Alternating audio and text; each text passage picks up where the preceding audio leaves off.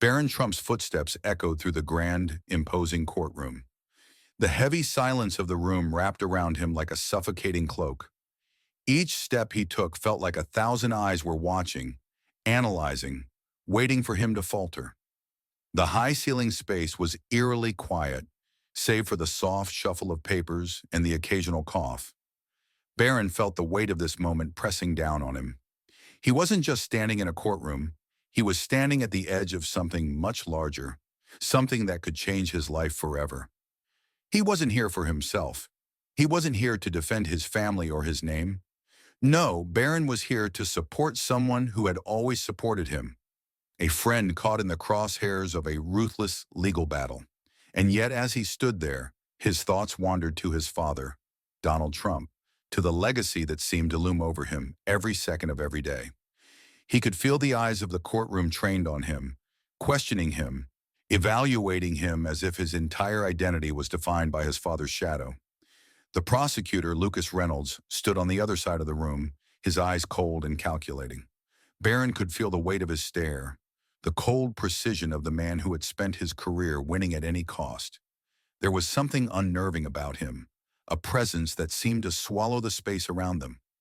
As Barron stepped up to the witness stand, his heart beat a little faster. His mind raced. Could he do this? Could he face the man who had made a career of tearing others apart, piece by piece? Lucas Reynolds' voice cut through the silence. "Mr. Trump," he said, his tone smooth but laced with a quiet venom, "you stand here today, in the midst of this trial, supporting a friend, a fellow human being. But tell me, how does it feel to be a Trump? To be the son of the man whose name is synonymous with power, wealth, and influence? Does the pressure ever get to you?" Barron's stomach tightened. It wasn't a question about the case. It was a personal attack, an attempt to undermine him before he could even speak. He had known it would come. His whole life had been built around this.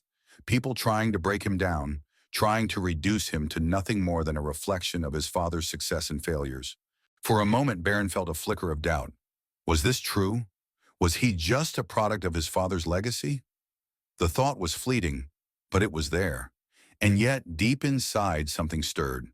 The pressure that had always been there, the constant scrutiny, he realized it wasn't just a weight, it was also a fire. It had shaped him, tested him, but it wouldn't define him. "I am who I am," Barron said quietly, his voice steady, though his hands gripped the edge of the stand tighter. "And my father's legacy is his. My future, however, is mine to shape." Lucas Reynolds' lips curled into a thin smile, a slight, almost imperceptible twist. "And you believe that?" he asked, raising an eyebrow, clearly amused. "You honestly think you can escape the shadow of your father? You can't hide from it? It's everywhere. It follows you, whether you like it or not." Barron's pulse quickened, but he forced himself to stand tall, meeting the prosecutor's gaze head-on. The coldness in the man's eyes was unsettling, but Barron refused to let it show. "I'm not trying to escape anything," Barron replied, his voice unwavering. "I'm simply trying to live my own life." Lucas Reynolds stepped back, clearly irritated by Barron's calm demeanor. He had expected a response full of defensiveness, anger, or at least some hint of uncertainty. But Barron wasn't giving him that satisfaction. As the trial continued, Barron's mind wandered back to the moments before the confrontation with Lucas Reynolds. He had prepared himself for this. He knew the questions would come, the attacks would be sharp and unrelenting. But what had caught him off guard was how deeply personal it all felt. Lucas wasn't just questioning his character. He was attacking his very identity. Barron felt the weight of his family's legacy pressing down on him in a way he hadn't before. It was suffocating. His father had built an empire, and now Barron was being forced to stand in its shadow, forced to prove that he was more than just the son of Donald Trump. But how? How could he prove to the world that he was his own person when every move he made, every word he spoke, was scrutinized through the lens of his father's name? Lucas Reynolds continued his relentless line of questioning, pushing Barron further and further into a corner. "What do you think your father would say if he were here right now?" the prosecutor asked, his voice dripping with mock sympathy. "Do you think he would be proud of you standing here in the middle of all this?" Or do you think he would see this as a weakness? Barron's heart skipped a beat. The question hit harder than anything else, more personal than any of the others. The room seemed to blur around him as he fought to keep his composure. His father. Always his father. The expectation, the pressure, the legacy. But then, just as Lucas Reynolds' words seemed to close in on him, Barron found clarity. His father's legacy wasn't a burden. It was a foundation. It had given him opportunities, yes, but it didn't have to define him. He didn't have to live in the shadow of his father. He could carve out his own path. He didn't need his father's approval to know who he was. Whether or not my father would be proud doesn't matter, Barron said, his voice calm but firm. What matters is that I'm standing here today, doing what I believe is right, and that's enough.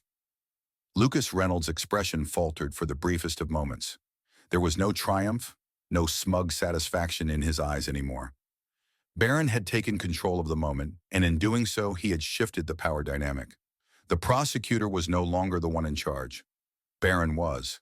The final moments of the trial were a blur of legal jargon, quick exchanges, and mounting tension. But for Barron, it all came down to this final confrontation with Lucas Reynolds. The room was thick with anticipation as Barron prepared himself for the last round of questions. This would be the moment that defined everything. Lucas Reynolds' voice cut through the air like a blade. You can pretend all you want, Mr. Trump, but the reality is you're just a child, trying to navigate a world you don't understand. You're playing in a game that's far bigger than you, and you'll never escape it. You'll always be the son of Donald Trump. Barron's eyes flashed. There it was again. The very thing that had haunted him his entire life. The weight of his father's name. But this time, Barron didn't flinch. He didn't back down. He stepped forward, his voice carrying the conviction he had long hidden from the world. I may be young, Barron said, his tone steady and full of quiet power. But I'm not afraid of the truth. I'm not afraid of who I am or who my father is. What matters is who I choose to be, and I choose to define myself. Lucas Reynolds opened his mouth, but no words came out. For the first time, he seemed lost for words. Barron had taken the fight out of him, and in that silence, Barron knew he had won. Not the case, not the battle in that courtroom, but the internal fight that had raged inside him for so long. He had fought for his friend, but more importantly, he had fought for himself, and he had come out on top. As Barron walked out of the courtroom, the weight of the day's events settled on him. The world had seen him as the son of Donald Trump, but today he had shown them who he really was. He had stood his ground, faced down his fears, and found strength in his own identity. The trials of life would continue, and the world would continue to judge him. But Barron Trump now understood that the only judgment that mattered was his own, and that was all he needed. Let's keep the conversation going. Subscribe, share, and drop your thoughts below. Your perspective is valuable and might inspire others.